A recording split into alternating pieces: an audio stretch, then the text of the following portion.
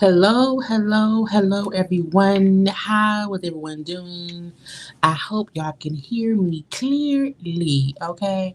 Because I'm not on my computer, I'm on my phone, and I have my microphone plugged in. We're gonna hope and pray that y'all can hear me clearly, that I'm not too loud, it don't sound muffled or whatever. I wanted to come on to do a separate video discussing the Danity Kane going at Diddy, child, suing Diddy. I have the whole lawsuit and stuff, and I wanted to do it separately just to read through it, okay? And because I go live tonight at 9 p.m., you know, sometimes YouTube be funny acting or whatever, they can flag it because of the content. So I'd rather have this as a standalone video for us to get into and leave it at that, okay? So, y'all can hear me good because I had to finagle this thing, okay, to get it done, okay? We will not be here that long at all, okay? I would not be on camera, okay?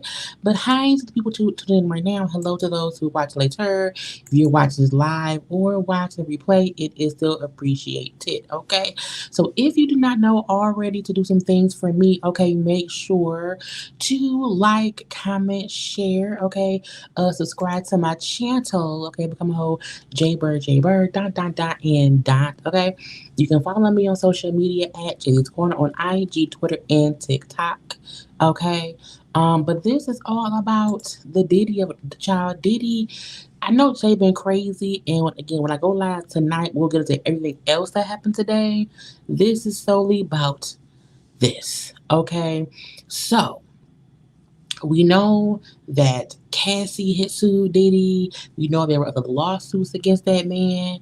And we always felt like, when is somebody from Diddy Kane gonna come out and say something? Now I always felt like it would have been Audrey, but it wasn't. No, honey, Dawn Richards, who of course we met her because she was in Diddy Kane. That's how we met her for sure. She's the black woman standing next to Diddy. And if y'all may not know, that's how everyone looked back then is different than now. Okay, this was like back in like 2000, maybe 2003, 2004. So this is roughly 20 years ago when she met that man and was in the group with the peoples, and then everything went crazy, whatever. So that is her back then. She eventually, you know, Diddy shut down the group. He canceled and fired everybody except Dawn. Okay, and then he ended up putting Dawn in Dirty Money with him and Kalina. They had the song, so they had the album Last Train to Paris that Dirty Money did. It was such a great album. You would never known the toxicness that was going on around everyone. Even though if you watch Making the Band, you should have known that man is crazy. Okay, and stuff. So I want to get into the actual lawsuit. Okay, let me add it in. I'm gonna be reading the lawsuit and stuff, and y'all can follow along if you want to. Okay, but I just wanted to have a clear conversation about what is in the lawsuit, what it says, what she's accused him of, and that stuff. So that's why I did this separate from my live that will be later on tonight. So I will be live tonight at 9 p.m. Y'all know we got other content, so y'all make sure to go and watch and see the other content that I have up. Okay, 'cause we be doing videos all up and through, so it's just other things that y'all can go ahead and watch and be sure to get into while also getting into what we have here. Okay, I'm just saying, y'all, it's content to be watched. Sometimes YouTube be real funny, don't be sharing and letting y'all know. So I'm letting y'all know what y'all need to do. Okay, but today this is strictly about this. Okay, so she filed a lawsuit today. Okay, her name is Dawn Angelique Richard. Okay, she's suing Diddy and everybody else. Okay, Diddy, Har Pierre was the guy who was also on Making the Band. He was one of the, I want to say he was like maybe a COO or CC. He was somebody on the team. Okay, but Diddy, Harv. Okay, also we see up in here Daddy House Record, Bad Boy Record. Okay, Sean Combs, Capital, Combs Enterprises, Child Interscope. Okay, UMG, Universal Music Group. No, there she everybody. Okay, child. Diego America Supply, which is the Ciroc distilling company. Okay, Janice Combs' mama. Okay, Janice Combs stuff too.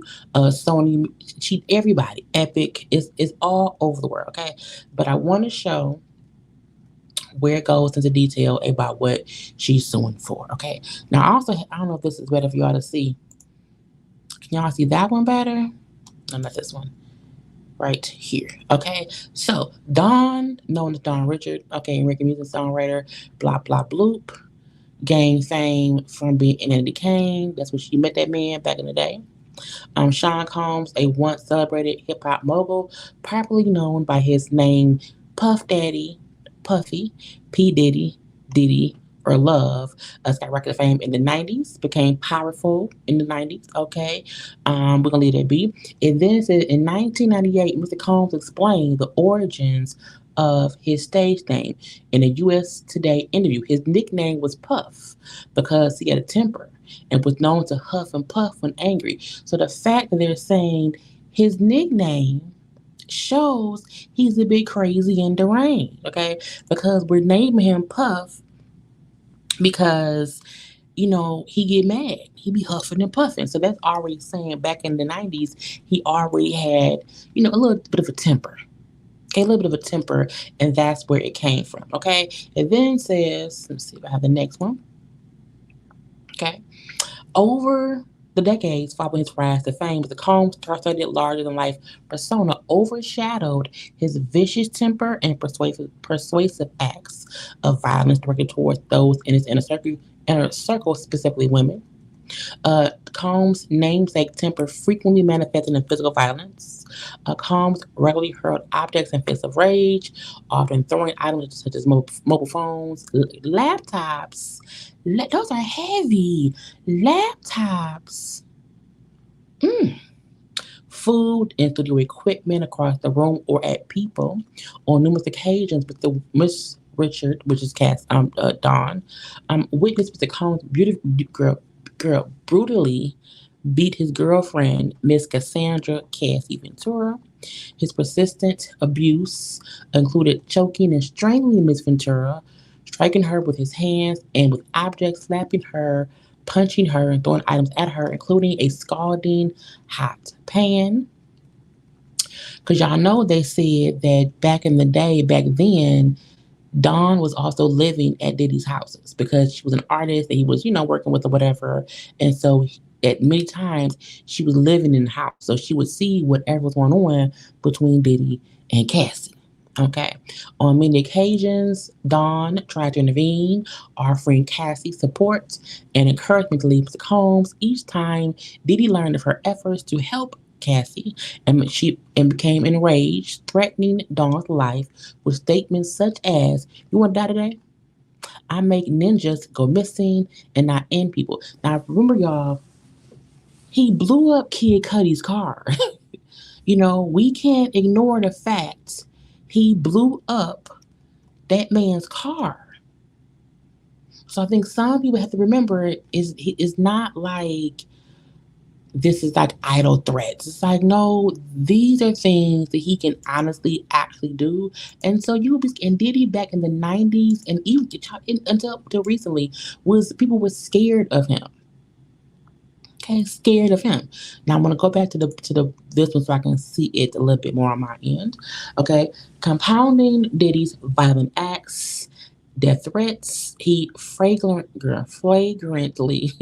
exploited Dawn's musical talent as a singer and writer while withholding her rightful earnings, stealing her copyrighted works, and subjecting her to years of inhumane conditions, which included groping, assault, false imprisonment, among other violations.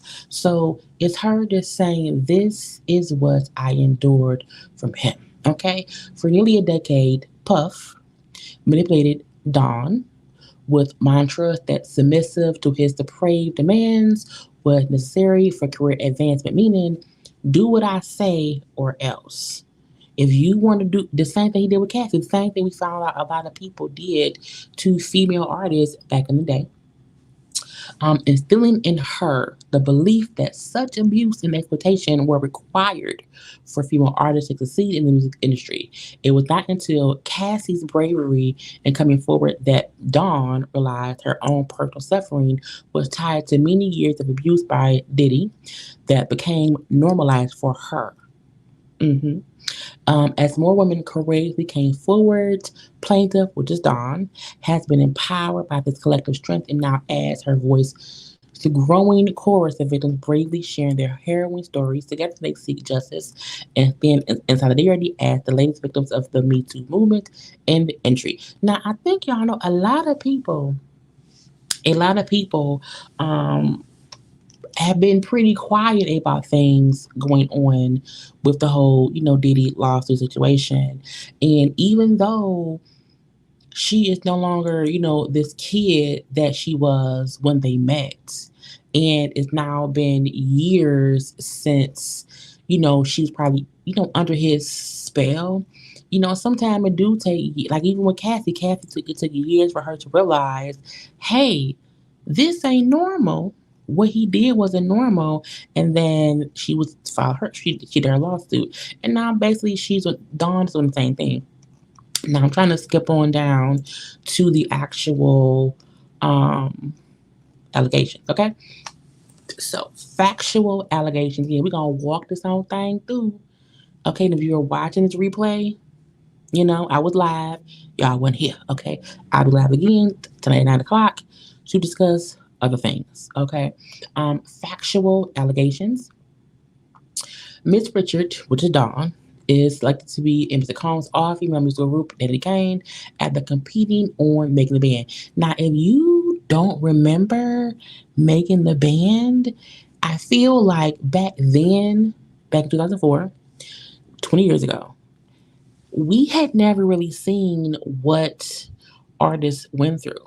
And the reason the show was so popular was because we were like, it is crazy the thing they're doing. The fussing, the arguing, okay, the mean antics of the producers and Diddy's, the long, strenuous workouts, okay. When Diddy made the guys and the girls from the band walk across the Brooklyn Bridge for cheesecake, okay. When we seen them fighting for beds, when they had the guys of Day 26, okay, the foolishness that went on when they were trying to find the women of Diddy Kane, like we witnessed the insanity, but we did not even connect the dots that it was a form of abuse. To us, it was Diddy and the show saying, well, this is how you pick people. This is how you build stars.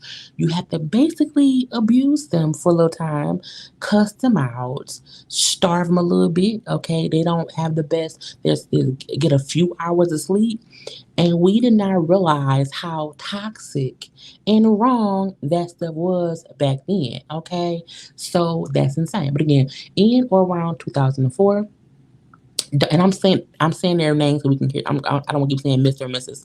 Dawn was like to be in season 3 of Making the Band. We know their parts. It focused about finding the girls. We knew their parts under the mentorship of Combs Diddy.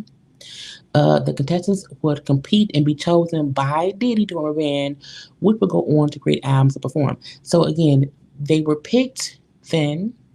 It was Dawn, Aubrey, Audrey, Shannon, and D Woods. Okay, they did a couple seasons. They said the first aired in 2005, and then I think it's another one in 2009 or whatever. We're gonna skip that part.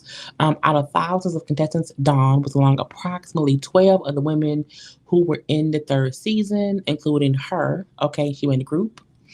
Prior to that, she was doing. Well, no, that part don't matter. Let's see. This is just them saying how, upon belief to create making the band, crews filmed 24 hours a day, gathering months worth of footage to condense into more mere hours of entertainment. The album came out in 2006. Second album came out in 2008. Sold 4 million copies. Damages to Mrs. Richard for unpaid salaries are estimated at least a million. Okay, again, it says again, Dane's Kane's first album sold over 4 million copies. Damages to Dawn for unpaid salaries are estimated at $1 million. The second album sold over 2 million copies. It says Dawn for unpaid salaries and royalties are estimated at 500,000. Damages on unpaid wages for touring on over 100 days for Dawn with Danny Kane are estimated at 1.8 million. She wants some monies. Okay, she wants some monies. Okay, Mr. Combs fired bandmate Audrey O'Day and Juanita D. Woods would get from Danny Kane on live television at the height of his fame in 2008, and they broke up in 2009. Now I remember seeing him firing her, and we was like, not on camera. And he fired D. Woods and Aubrey then, but later on he also fired Shannon and the other girl. Okay. Part 2, Mrs. Richard Bridge Dawn first encounters Mr. Combs' aggressive, intimidating behavior and animus towards women. I can't pronounce that word right. During the auditions and on the set of the show, Diddy projected an aura of superiority, wealth, and power. Diddy regularly wore sunglasses and avoided looking the female contestants in the eyes, contributing to an atmosphere of uncertainty and intimidation. During auditions, Combs spoke to the female contestants in a hostile, condescending manner, making disparaging gender-based remarks such as calling them fat, ugly bitches and hoes. Dawn felt threatened and intimidated by Mr. Combs' blatant disdain for the young women like herself who were excited for the opportunity to be on the show. Now, again, these are the women he picked. And I do feel like back then things were said and we just kind of, let it go. And I don't think we thought, well, that ain't the right thing to do because again, this was 20 years ago and we just did not know. But now we know better, we do better. Okay. It says once the band was made, scroll up a little bit. Once the band was made, Diddy contempt for women was readily apparent as he continued to display aggressive and hostile behavior toward Dawn and her all-female Danny Kane bandmates. Diddy regularly referred to the 5 women as bitches and hoes, and which is crazy. Crazy. Okay, well, it says the fact that he said Dawn was too skinny and needed to do something about her face. Now, y'all know Dawn had, now look, we have talked and said for a while that Dawn looks different now than how she looked when she was first in the group. And then also the fact that when we see her, because like this is Dawn, back then. You know what I'm saying? However, like the pictures of her recently, you can tell she had work done. You can tell things were said to her to just kind of make her look changed up a little bit and whatnot, okay? And so her saying, even back then, him saying, you too skinny, do something about your face. And we know them both, um, Audrey and Dawn are the only two who look different in the face. Okay, and it's probably because of Diddy. Um, on one occasion in or around 2005, during the first season of Making the Band, Dawn observed that the Combs' ex-partner, the mother of his three children, Kim Porter, leaving Combs' his studio in tears with visible facial injuries, including a lacerated lip, meaning is she's alleging that was her witnessing Diddy abuse her. All she said was Dawn said she saw Kim leaving Diddy's studio crying with a busted lip. Okay. She says realizing that Diddy was capable of committing acts of violence against women caused Dawn to feel deep apprehension and fear that Mr. Combs could one day physically harm her. Because if he's beating up the mother of his children, what would he do to me? Okay. Dawn was present when Mr. Combs was introduced to Cassie in around 2006. The moment Combs saw Cassie, his demeanor noticeably shifted. Diddy positioned himself directly in front of Cassie's seat, invading her personal space, and fixated on her with an intense, unyielding stare, isolating her from other people in the room, including her then boyfriend, Ryan Leslie. Let's see. Coincidentally, this first meeting between Diddy and Cassie was the first time that Dawn was in Diddy's presence without a camera crew filming, observing Combs behave in such an intimidating, predatory manner. The first time that they were off camera made Dawn feeling deeply apprehensive and afraid of him. Cassie ended her relationship with Brian Leslie and became started dating Diddy. It says now dedicating sexual harassment, inhumane treatment, and denial of basic needs by Mr. Combs. Because she's suing for all of these different things. Okay.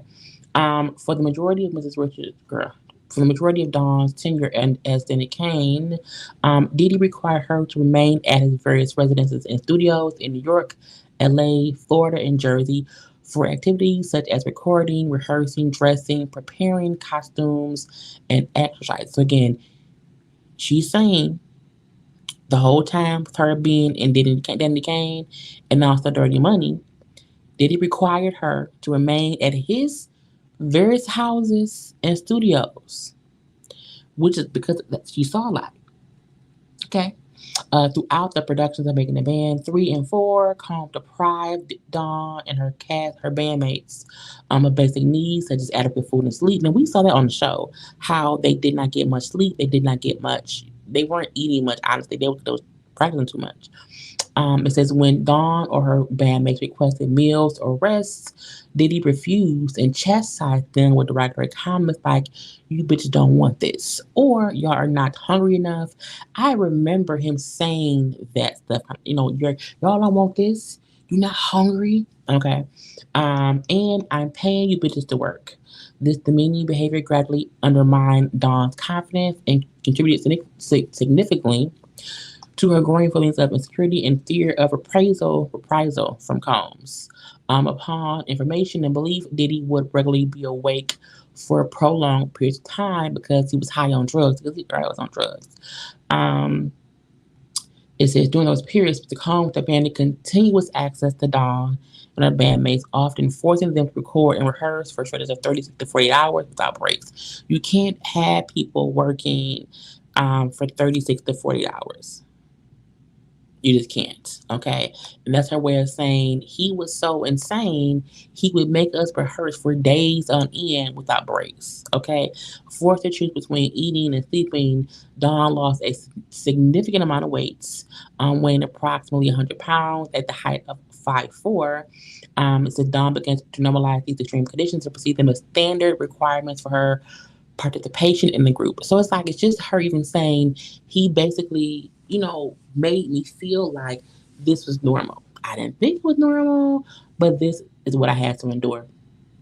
Um, let's see. In addition to exhausting rehearsal, Diddy required Dawn, her bandmate, to be do workouts with trainers. Once on the beach, she became dehydrated and she threw up. Instead of offering assistance, the crew filmed the incident, contributing to her acceptance of such treatment in her personal life. Hell hold. Okay, unrelenting rigorous schedules of rehearsals, performances, near constant filming that calm and pose caused Dawn to experience extreme weight loss, dehydration, fatigue, painful rashes from the micro packs she had to wear on her back. These intensified as Dawn feelings of powerlessness as she increasingly viewed them as part of her professional reality. Because sometimes you think it's just a job, it's what I have to do. Let's see something. The lawsuit that he lost like a default judgment, but that's on a separate. That's not from this. That was from some inmate in Michigan that they're actually appealing. Let's see. Further assertion of power and dominance. He insisted on holding meetings while dressed only his underwear. Now that you can't do that, okay? Diddy insisted on holding meetings while dressed only in his underwear? That's no. Okay. One occasion in 2008 at his Miami residence, Diddy emailed Dawn directing her to meet him in the living room. When she arrived, he was wearing only his underwear. You and your boss should never be in any kind of meeting and he's in his underwear. That should not happen. That is literally sexual inappropriateness, okay? Harassment of some sorts, okay? Dawn asked Diddy to put clothes on, but he refused, stating, "This is my fucking house," okay? Diddy then conducted the meeting, lasting approximately an hour while dressed in his underwear, okay, causing Dawn to feel violated and embarrassed, and again amplifying her power. I'm sorry, amplifying her feelings of powerlessness. Because why is your boss sitting in his drawers? Why? Get out the. It's just so stupid. Following the Danny Kane breakup in 2009, Dawn had financial hardships with no prospective opportunities for employment within the entertainment field. She spent several months traveling to Baltimore. So no traveling from Baltimore to Daddy's house recording new studios in New York without pay or any kind of allocated budgets. Diddy promised Dawn compositions, which would result in payment of licenses fees, royalties according to the contract with Bad Boy Records. However, no such compensation were ever reported or paid to Dawn, meaning I want my money. I want my money immediately. Okay. Let's see. Dirty Money. She says he was having now gender-based physical violence, criminal acts, sexual assault, threats, and intimidation. By 2009, most of her stuff had been recorded by other Bad Boy artists. Due to the success of her compositions, Miss Dawn was invited to meet Kalina. Like, Kalina was the girl in Dirty Money. They did that. Let's skip past that. This is the one point in here. It's the initial recording last year in Paris took place at Diddy's home in California. On the first day recording, Dawn and Kalina arrived at Diddy's house and waited in the kitchen where Combs' girlfriend Cassie was frying them eggs. Okay, Dawn observed the Combs come down the stairs looking high on drugs, enter the kitchen, approach Cassie and scream, "I've been asking you for my shit. I can't stand you, bitch. You never do it right." Okay. Mr. Combs pushed Cassie against the wall, choked her, then picked up the scalding hot pan of eggs and threw it at her, causing her to fall to the ground in a fetal position, cursing and screaming. Mr. Combs dragged Cassie up the stairs. Frozen in shock and terror, Dawn heard glass shattering, crashing, banking noises as Mr. Combs dragged Cassie up the stairs. Dawn wanted to intervene and help Cassie, but Kalina said, "Girl, don't." Okay. Says and let that Kalina led Dawn out the house. Terrified and shaken, Dawn returned to the hotel where she was unable to sleep due to worrying about Cassie. Meaning since crazy and insane because that means that Dawn saw it. That means that Kalina saw it. And then that means that Kalina may have saw it even more to say, hey, girl, let's leave. But yeah, at that point in time, Cassie didn't leave either, okay? But y'all know most abuse victims don't leave initially, okay? Because you're scared to leave. We've already seen the video. We've seen what happened at one point when she tried to leave. He beat her up again, so we don't get into that. But this is her saying, I saw him beating her, so I'm scared too. The following day, Dawn got a call demanding that she return to Diddy's house to keep recording. And it says Diddy brought Dawn and Kalina to the recording studio at the house, locked the door, dim the lights, and gave each of them flowers. Not flowers. So you watch us, watch you beat up Cassie. You have us come back to the house, lock the door, give us flowers. Okay, says Mr. Combs went on at length stating this is normal. This was just a lover's argument where no one was hurt. This is what love is. I'm giving you an opportunity. If you want to make it, if you want to make it, you'll shut your mouth. If you say anything, there will be consequences. Diddy further warned that people end up missing, being threatened while locked for over 20 minutes in a small enclosed space with Diddy after observing him violently assault Cassie the day before. She was terrified and believed that he will follow through with his threats. And I feel like,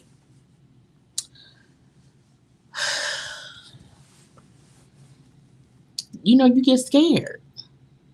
And I think we also have to agree and understand Diddy had an extremely powerful presence back then. This isn't now. This is when he's Diddy, a bad boy, and he's untouchable. So yeah, I fully get it. It says in and around 2009, after the Social Wars in Georgia, Diddy flew Dawn and Kalina to his house in New York on a private jet. There were many well-known celebrities there. Blah blah blah. He arranged for a dozen young women and girls who appeared to be underage. Lord.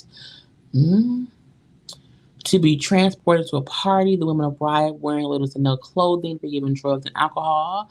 Many of them appeared lethargic or passed out while Combs and his guests performed sexual acts on them. Dawn believed that her presence at the party was a test to see whether he could trust her. Because, yeah, bring you on my jets, let you sit in with the party, let's not you hate it. Not just trying to hate YouTube. Yeah, YouTube is funny acting whatever. Sometimes it don't let y'all know I'm on live. It's fine. You can always watch the replay.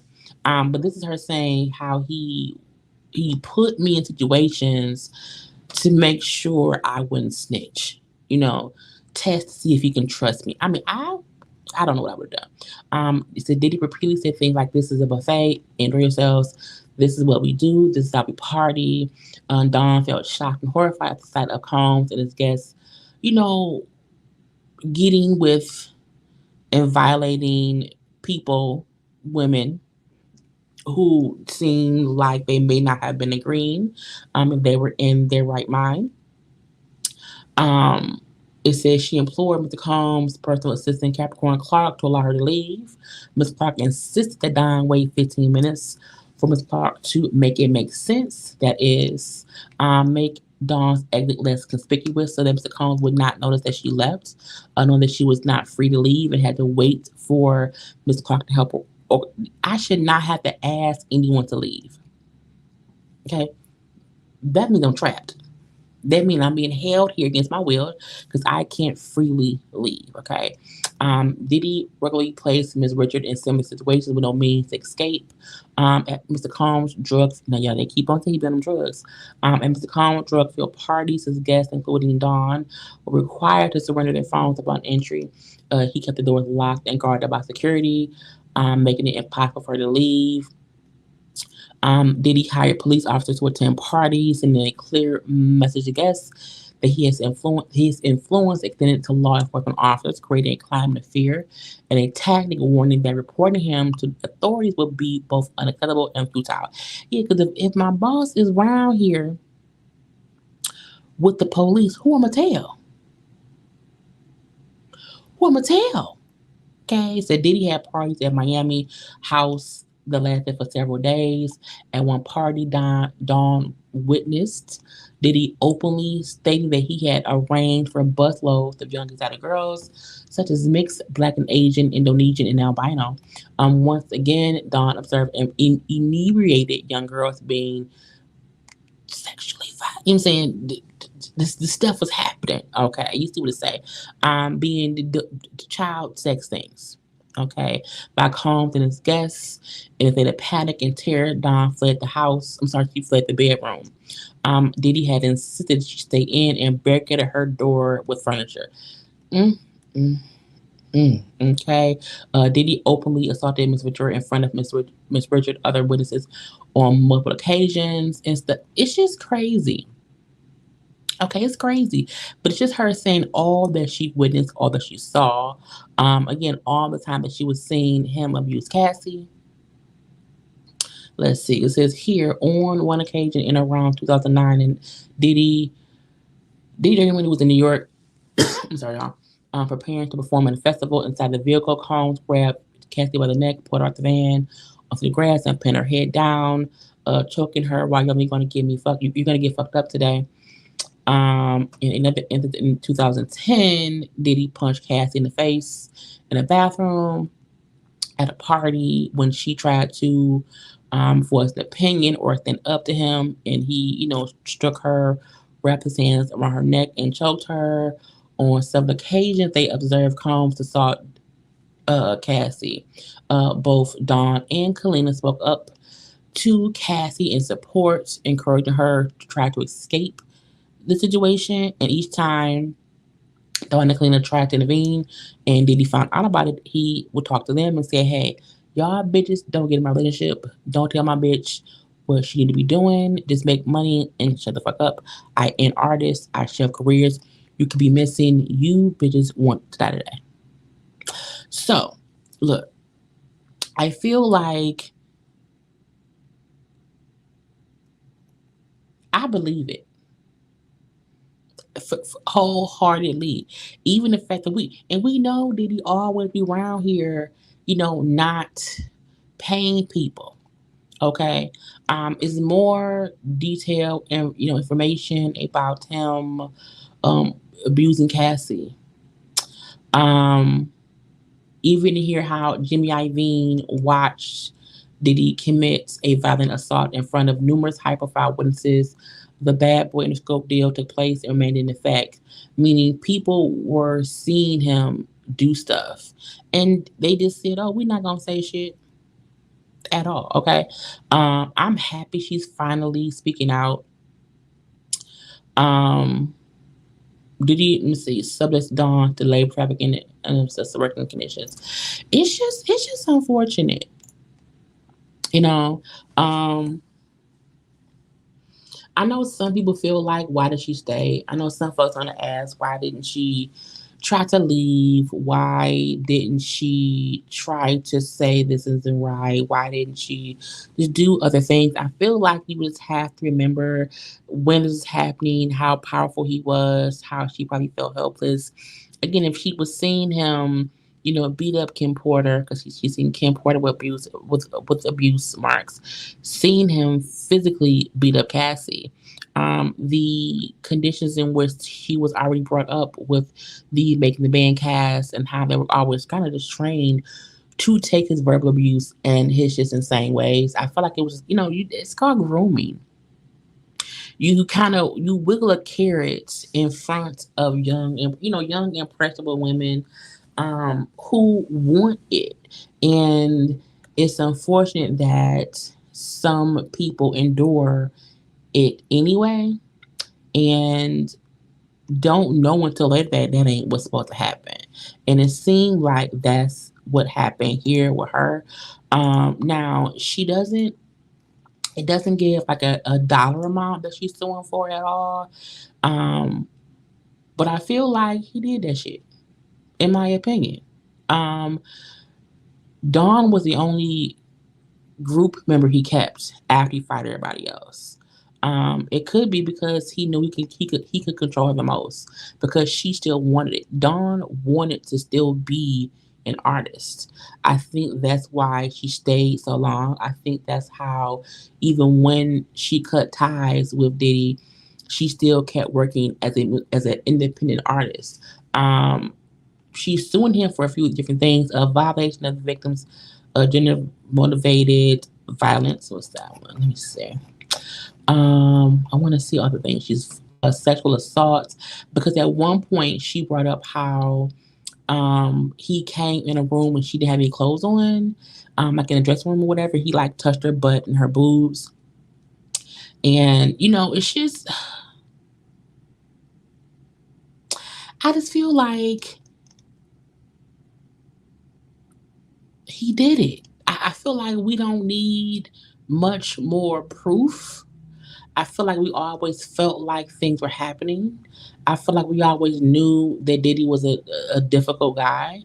Um, I think it is a time for each person to come and speak out. I'm pretty sure that Aubrey will probably be next, because Aubrey, child, I think Diddy and Aubrey was banging. That's my opinion, not a fact. But it's just a sad occasion that we have to know that what we thought was entertainment, what we watched 20 years ago, and we thought it was an enjoyable show, was child horrible for them. Cause they was how old is Dawn? I feel like she can't be that much older than me. Cause I'm only 42. Let me Google it, y'all. Let me Google how old Dawn is. I would ask Siri, but I don't feel like. How old is Dawn Richard? Yeah, she's 41. So that was, she was 20. I feel like even now, I feel like, the decisions I would make as a 42-year-old grown woman today, child, back in my 20s, I made some dumb decisions, okay? And sometimes you would believe and you would deal with shit that were not the best things to deal with. And especially at that time, 20 years ago, you are a hopeful artist, and you can be on Bad Boy. Because also, don't forget, 20 years ago, we didn't know about Diddy not paying people. 20 years ago, we didn't know about, back then the groups that worked with Diddy hadn't failed yet. That was when you felt like anybody on Bad Boy, anybody Diddy touch, turned to gold. We didn't find out about Diddy's child practices of him not paying for it or whatever, him being a stiffler for the money, until after the fact. So I feel like, to mislead people to feel like having them on your label is the thing to be to make them as an artist. Some people were willing to put up with stuff that they didn't think was wrong. Because 20-year-old people in the 90s, in the early 2000s, which it was a time to be alive back then. It was just different. Again, because we saw the show and didn't see nothing wrong with it. So I feel like if we saw the show and we didn't complain, why would they complain? We watched the show and loved it. So they also thought, oh, it's just normal. It's just normal. And that's what it was. So we have to also remember we can't judge them on the things that we know now, because this stuff that happened 20 years ago and they're just now talking about it. Even once she left Indie Kane and went to Dirty Money, again, it's still the impression of, the thought of, well, it's Diddy. I see how crazy he is. I don't want to get beat. Let me go along to get along, and let that be what it is. So it's just a sad occasion, child. Anyway, Didi has not yet responded to this new lawsuit that she filed against him. We will see if he tried to settle with her the same way he tried to settle. That would he not tried the same way he settled with Cassie. Um, because, child, who knows? Who knows? Yeah, you thought that was what you had to do to make it. Because again, this how things were then are not how they are now. because it was Diddy who was the producer. It was Lorianne who was the dance instructor. Okay, it was all of the people who were there making it seem like, well, that's the normal thing to do. Now the get you got you gonna be if Lorianne come out and she speaks. That's the question. Okay, anyway, y'all, let me get out of here. I will still be live tonight at 9 because there's other things to discuss that happened today. But I wanted this to be a standalone because YouTube may flag it. So this way, at least my live won't get flagged later tonight. Okay, so y'all make sure that y'all have already liked the video, share this video. And I will talk to y'all later, y'all. Y'all know, like, comment, share, subscribe, and all that good stuff. And be safe around here. And I will see y'all at 9 p.m. tonight. I gotta go. Bye.